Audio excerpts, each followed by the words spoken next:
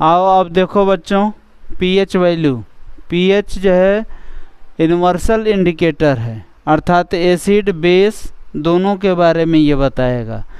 और एक स्केल होती है जो 1 से लेकर के और 14 तक, 1 to 14 तक ये जाएगी, ठीक है। बीच में 7 आपका मिलेगा जो न्यूट्रल होता है। क्या होता है वो? न्यूट्रल का इंडिकेटर होता है। यहाँ पर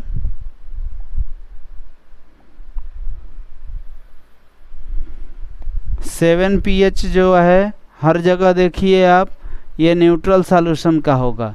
वाटर के लिए क्या करेंगे तो न्यूट्रल, और 7 से जब आप लेफ़्ट की तरफ आएंगे तो एसिडिक कैरेक्टर आपका इंक्रीज करेगा, और इससे यदि आप राइट जा रहे हैं तो बेसिक कैरेक्टर जो है इंक्रीज करेगा। क्लियर हो गया? अब यहाँ पर देख लीजिए, पीएच वैल्यू को हम लोग एक स्केल के रूप में यूज करते हैं जिसमें 1 to 14 तक इंडिकेशन है। इसी को हम लोग पीएच स्केल के नाम से जानेंगे, ठीक है। और ये किस पर निर्भर करता है तो हाइड्रोजन आयन पर। इसको डेवलप किया गया हाइड्रोजन आयन के रूप में, ठीक है। और ये पी क्या है तो प्रोटेंज, प्रोटेंज जो है किसके लिए है? पावर के लिए है, ठीक है। और एच क्या है तो हाइड्रोजन के लिए है। 0 जिसका रहेगा वो वेरी एसिडिक होगा, ठीक, या मोस्ट एसिडिक।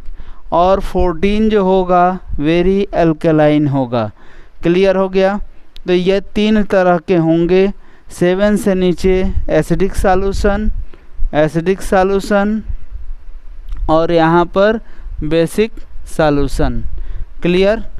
अब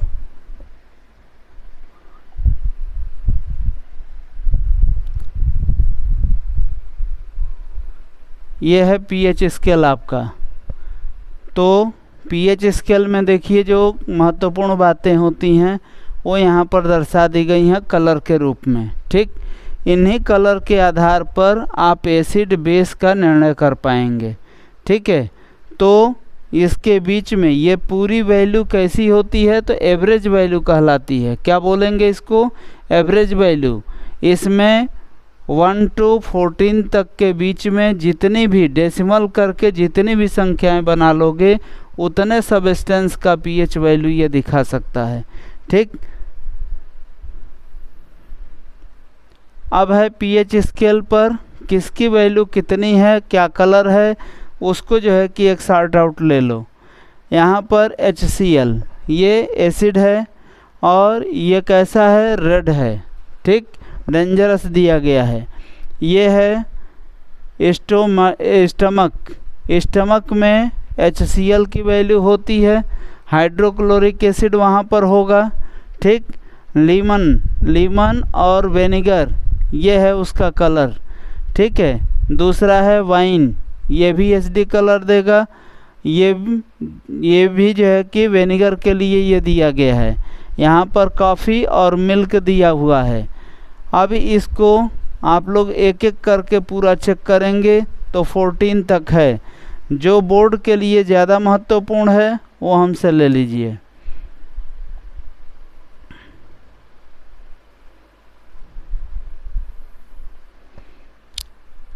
सबसे पहले ये और ये दोनों जो है एसिडिक कैरेक्टर HCl के लिए हैं, जो एक स्टमक में होगा, एक जनरल यूज में होता है।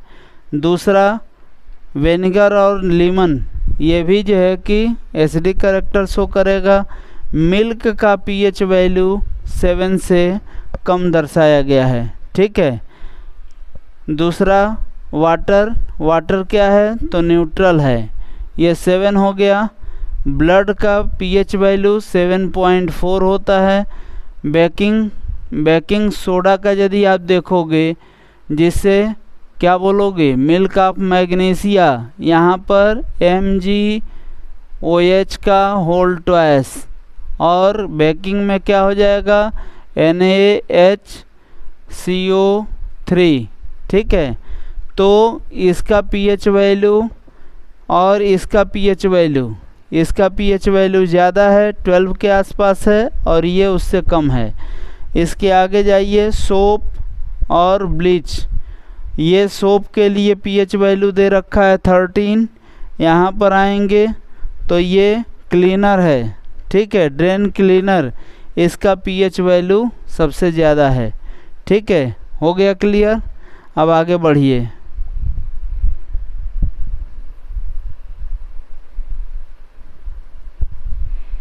PH in everyday life, most important topic आप लोगों के लिए है। Are plants and animals pH sensation, क्या पीएच वैल्यू से हम लोग प्रभावित होते हैं, प्लांट भी होते हैं? Yes. Our body work within the pH range, हम लोगों की बॉडी जो है किस पर काम करती है, किस पीएच पर सबसे अच्छा काम करेगी?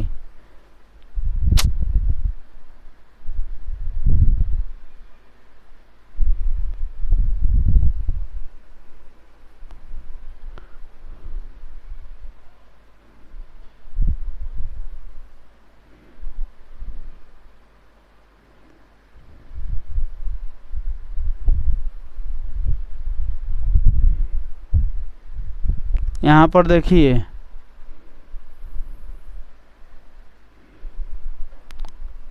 पीएच का रेंज जो है 7 to 7.8, ये हम लोगों के बॉडी के लिए है। Living organism survive only in narrow range of pH change. यहाँ पर देखिए, पीएच ऑफ रेन वाटर, जिसे एसिड रेन के नाम से हम लोग जानते हैं, वो लेस देन 5.6 होता है, लेस देन 5.6। फिर when acid rain flows into reverse, जब रिवर्स में जाएंगे तो कैजुअलिटी ज़्यादा होगी। PH lower the pH of water, वहाँ पर एसिडिक वाटर होगा जिससे मछलियाँ मरेंगी, या जो भी जो है कि एक्वस एनिमल होंगे उनके ऊपर ये हार्म पहुँचाएगा। ज़रा एक नज़र इस पर देख लो, ये क्या है? तो यहाँ पर है इवापोरेशन, नदी है, इवापोरेट हो रहा है। और ये सब जो है कि हम लोगों की फैक्ट्रियाँ हैं जो तमाम तरह की गैसें देती हैं। रिफाइनरियों से निकलने वाला, चिमनी के धुएं से निकलने वाला, फैक्ट्री के चिमनी से धुएं निकलने वाले जो भी हैं, उनमें NO2 और SO2 गैस निकलती है।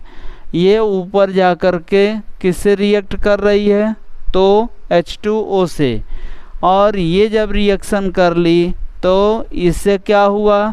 तो बादल बन गए, क्लाउड फॉर्मेशन हुआ। और क्लाउड के बाद क्या हुआ? तो हवा के साथ ये इधर से उधर जो है कि जाएगी, और उसके बाद ये रिएक्शन वाटर से की है तो क्या क्या बनाई है? सल्फ्यूरिक एसिड और नाइट्रिक एसिड बनाई। जब किसी मॉन्यूमेंट पर ये एसिड रेन के साथ आएगी तो वहाँ डैमेज करेगी। जैसे ताजमहल, आगरा का ताजमहल भी येलोइश कलर उस पर आया, किसके वजह से? इन एसिड्स के वजह से। तो वहाँ के पेट्रोलियम रिफाइनरी को बंद कर दिया गया, ठीक है, बैन है वहाँ पर। दूसरा नंबर कि जो वाइट मार्बल वहाँ पर था वो येलोइश कलर का हुआ, और साथ में कुछ जगहों पर यह गड्ढे पैदा कर देता है मार्बल के ऊपर। तो जो गड्ढा बनता है उसको हम क्या बोलते हैं? तो मार्बल कैंसर के नाम से उसको जानते हैं। क्लियर? आगे बढ़िए।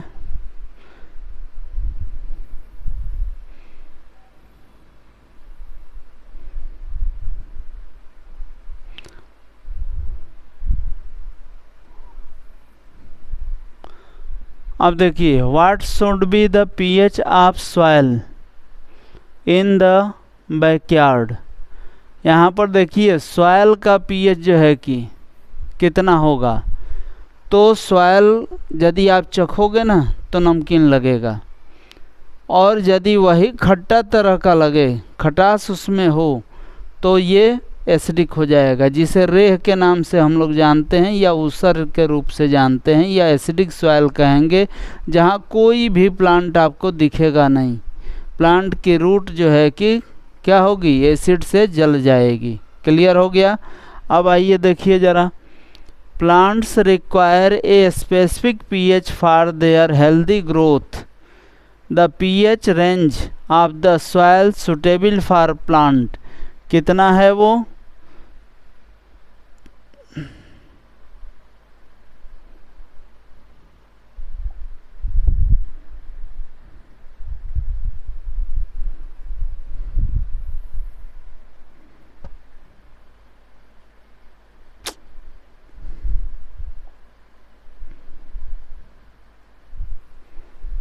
पीएच रेंज इसका 5.5 to 7 है, अर्थात ये एसिडिक सॉइल के रेंज में है।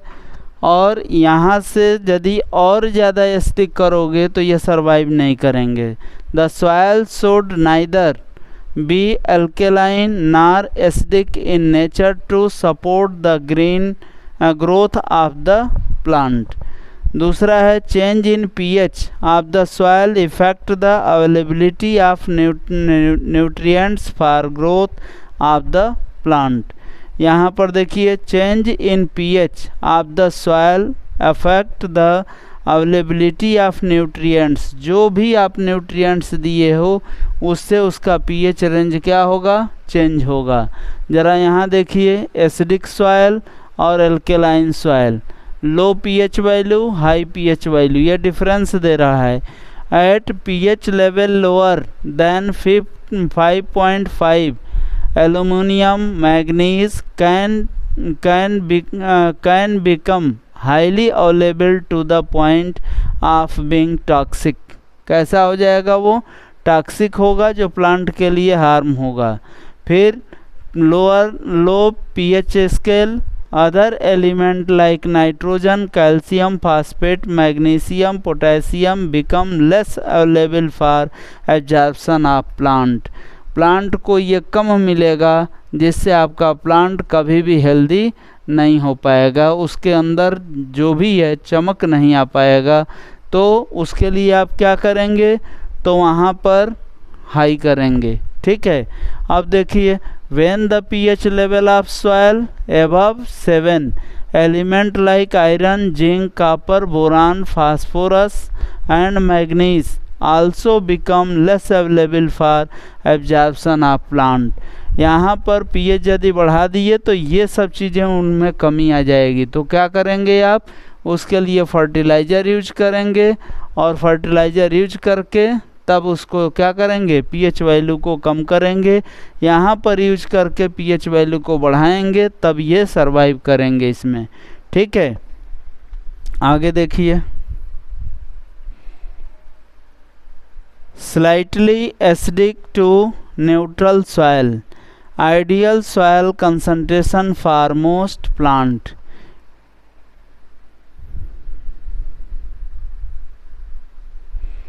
यहाँ पर देखिए pH in our digestive system, stomach का पीएच HCl से बनता है।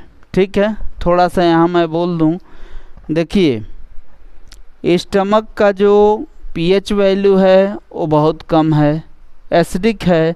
और एसिडिक क्यों है, जब हम फूड मटेरियल लेते हैं तो उस समय कोई बोन चली जाए या कोई बैक्टीरिया हो जो हमारे लिए नुकसान पहुंचाए, HCl उसको मार डालता है। ठीक, बोन पहुंच गई तो उसको डिज़ाल्व कर देगा। ठीक है।